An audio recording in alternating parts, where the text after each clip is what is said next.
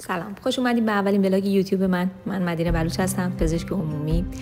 اینجا روستای منه، روستای کشیک، از توابع شهرستان نیکشهر. این درختای انبه و لیمو، همون میوه‌های گرمسیری و خرمایی که می‌بینید مربوط به روستای ماست و باغات با این باغا مربوط به هم روستاییامونه. و اینجا من شیفت اورژانس بودم، خیلی قیافم خسته است و خیلی هم خسته راه میرم تا آخر این ولاگ. و به خواهر برادر کوچیک‌ترم خیلی اصرار کردن که ما یه بخشی از رودخونه خشک نشده بیا بریم اونجا آبتنی کنیم و چون نزدیک غروب بود خیلی سعی کردیم با عجله. داداشم هم میگه بیا از این مسیر بریم، از این مسیر خیلی نزدیک‌تره.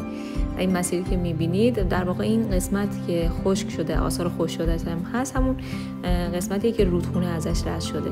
رودخونه کشیک خیلی معروفه به این که شپاتچی روشاهوشی، یعنی این که شب مثلا خیلی زیاده، صداش هم تا خونه هامون میاد، هر وقت بهش میگن هار اومده، یعنی مثل سیل در واقع خیلی حجم زیادی آب میاد و خیلی هم زود خشک میشه. حالا نه روز ولی چند روز بعدش خشک میشه. اینجا قبلا ما بچه بودیم همیشه زیاد آب داشت و میومدیم اینجا آبتنی میکردیم، زنا میومدن لباس میشستن و پتوهاشون رو میشستن.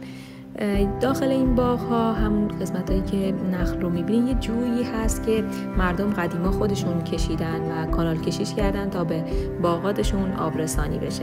این قسمتی هم که ازش گذشتیم قبلا برنج کشت و کشار میکردن که الان دیگه بعد خشکسالی و اینا دیگه کنار گذاشتن و زمین فوتبال شده.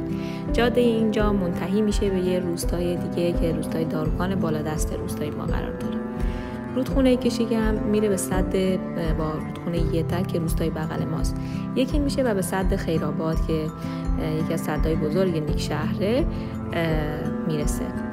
و اینجا طارق داداش کوچکی من رو میبینید که داره ما رو راهنمایی میکنه، همش میگه ویدیو نگیرین دیر میشه، غروب میشه، بعدن یه روز دیگه بگیرید.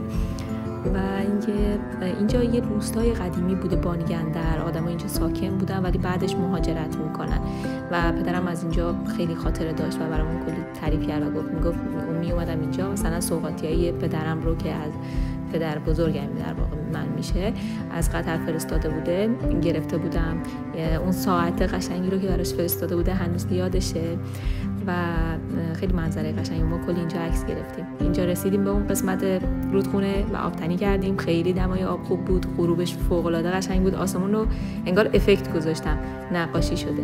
به طارق میگم نه یا نزدیک، چون طارق تاکید میکرد منو تو ویدیو نندازی، گفتم پس نه یا نزدیک لطفا.